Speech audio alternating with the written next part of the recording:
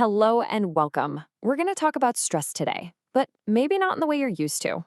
See, we're not going to focus on the big, dramatic life events.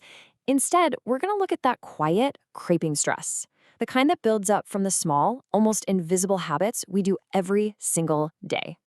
You know that feeling, right? That sense of being just overwhelmed, but you can't really point to one big reason why. It's more like a constant low-level hum of pressure that just follows you around. If that sounds familiar, I want you to know you are definitely not alone in feeling that way. And that's really the heart of what we're going to explore. That constant pressure, it so often comes from an accumulation of tiny little things, like small cracks forming in the foundation of your day.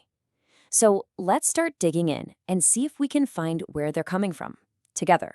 We're going to start at the most fundamental layer, our physical bodies. These are the habits that really dictate our energy, our resilience, and how we literally experience the world each day. Think of this part as the bedrock of our well-being.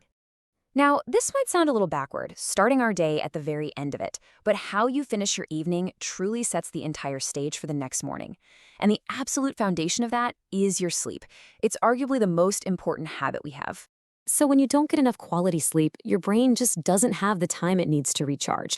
And the immediate effect of that, well, you'll wake up with a much shorter fuse.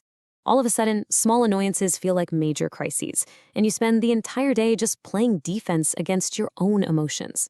Okay, so after rest, what comes next? Fuel. Because what you put into your body has a direct impact on what you can get out of it, and that's true for both your physical energy and your mental state. A diet that's heavy in processed foods and sugar sends your energy levels on this wild roller coaster.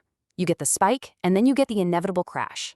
And that physical crash is almost always paired with a mental one, which leads to that familiar, frustrating brain fog. It just makes it so hard to think clearly and leaves your mood incredibly vulnerable. You know, so much of our modern world is designed for sitting. We sit at a desk, in a car, on the couch. And while it feels completely normal, our bodies are quietly paying a price for all this inactivity. Movement isn't just about physical health. It's one of the primary ways our bodies actually process stress. Without regular movement, stress hormones like cortisol can just build up in our system, leaving us far less equipped to handle even the simplest challenges that life throws our way. All right, there's one final physical habit we really need to talk about. It's an ingredient for well-being that is absolutely free, it's incredibly powerful, and yet so many of us go days without getting enough of it. It's natural sunlight. Sunlight helps regulate our body's internal clock, and without it, our sleep suffers, which just creates that vicious cycle of fatigue. It also has a direct impact on our mood. Seriously, a simple walk outside can quite literally brighten your entire day.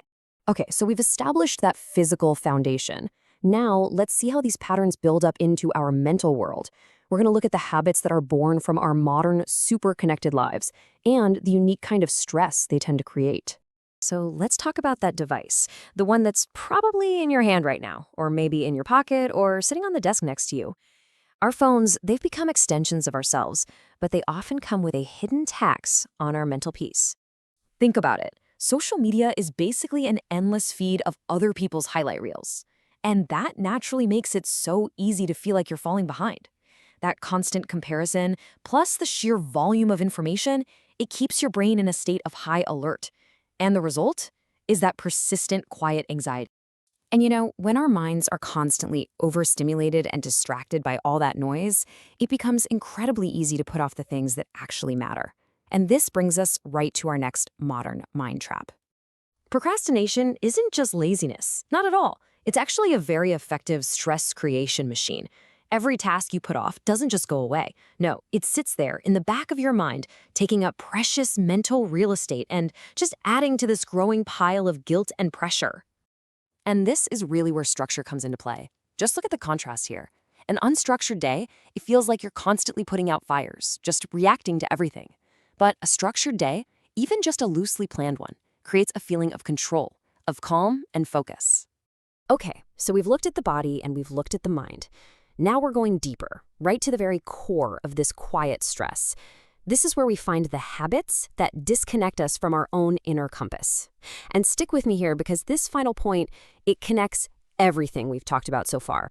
Think about it for a second. When your life becomes only about work and chores and obligations, A part of you just goes dormant.